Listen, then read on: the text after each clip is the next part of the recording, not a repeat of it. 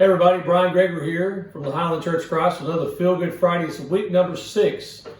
You know, over the past few weeks, we've seen a long list of unprecedented events due to the coronavirus outbreak. And, well, we've seen virtually the entire world, for example, come to a grinding halt. Our government, for example, in the United States is committed to spending over $2 trillion, $2.2 trillion to be exact, just so far. There have been so many things happening in response to this outbreak that there have been a lot of problems that have been intended to be fixed, a lot of suffering to be alleviated, really just things that have been done to stop the spread of this virus. A lot of good's been intended from this, a lot of well-intended good. But for all of that well-intended good, name a few things, people who are entitled to, or rather who are not entitled to financial stimulus checks have gotten them a few times. People in many cases are making as much money or even more, sometimes even far more on occasion through unemployment benefits now, and they're going to ride these out as long as they can. No judgment here, fine with that. But the thing about it is the unintended consequence is some people will do that instead of returning to work sooner. It's also been reported around the world and in some nations there will even be lingering pandemics of famine, starvation, and not to mention the economic ruin of millions around the world, all of this, as a result of all this, rather. See, all this and more really point to that one phrase I want to come back to, that idea of unintended consequences. You know, with all that said, isn't it great to know that for all the unintended consequences of my actions and so many others, that God is always big enough to handle them and is never really surprised by any of it? The God who created the universe, the God who knows all things, and God who holds the very fabric of the world together, this is the same God that we have to understand that there's never a moment that He's not in control of things. There's never a moment in which He is surprised by something. There's never a moment that He's not in control of things, even amidst of my darkest hour.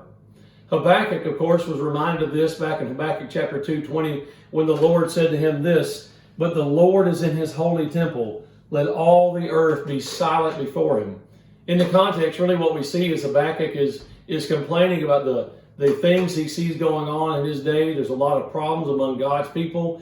And he asks God, "How long, Lord, till you do something about all of this?" And God tells him what He's going to do. And Habakkuk basically rebukes God and says, "I don't like what you're doing," essentially. And then God answers all through chapter 2 and explaining how He's in charge of these things and what He's going to do. And He sums it up in verse 20 again of chapter 2. "But the Lord is in His holy temple. Let all the earth be silent before Him." He's reminding Habakkuk that ultimately I, Almighty God, I'm the one that's in charge. I've got this, Habakkuk, not you. And the same holds true even today. I really think this is in part what Paul meant in Romans 8 and verse 28 when he mentioned that all things work together for good for those that love the Lord and are called according to His purpose. And really, if you think about it, because God is in control, He has all the bases covered. And can and will work out His will in all things. So there's really no surprises with God, are there? And there's no unintended consequences. As we step back from this and we take it just a little bit further, I think it really gives me a lot of great comfort knowing that God has already been very intentional about His actions and what He wants and what He desires. For example, from the very beginning, before sin ever entered the world, God already had a plan.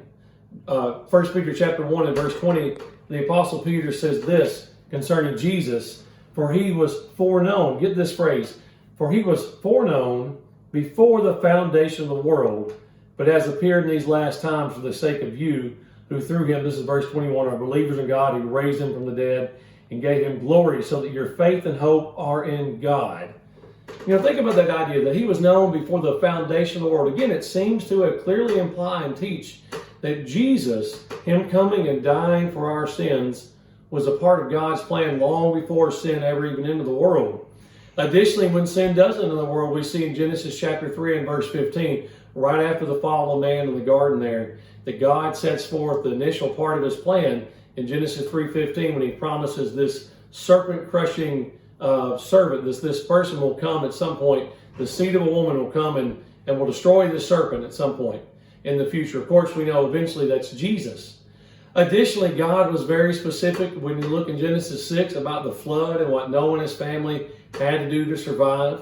When Moses, you go further, we see that when Moses led the children of Israel out of Egypt, they became a nation that God revealed a very detailed plan for how he wanted them to approach him in worship. You see that in the book of Exodus and Leviticus, of course. But when we go and we fast forward a little bit more to Jesus, Jesus is very clearly, and although not always understood by those at his time, but he was very clear about his eventual death and resurrection, which would ultimately fulfill what it really meant to be the Messiah. Jesus' death was intentionally part of God's plan and not an unintended consequence of his ministry. His later resurrection was an even greater proof of every bit of this.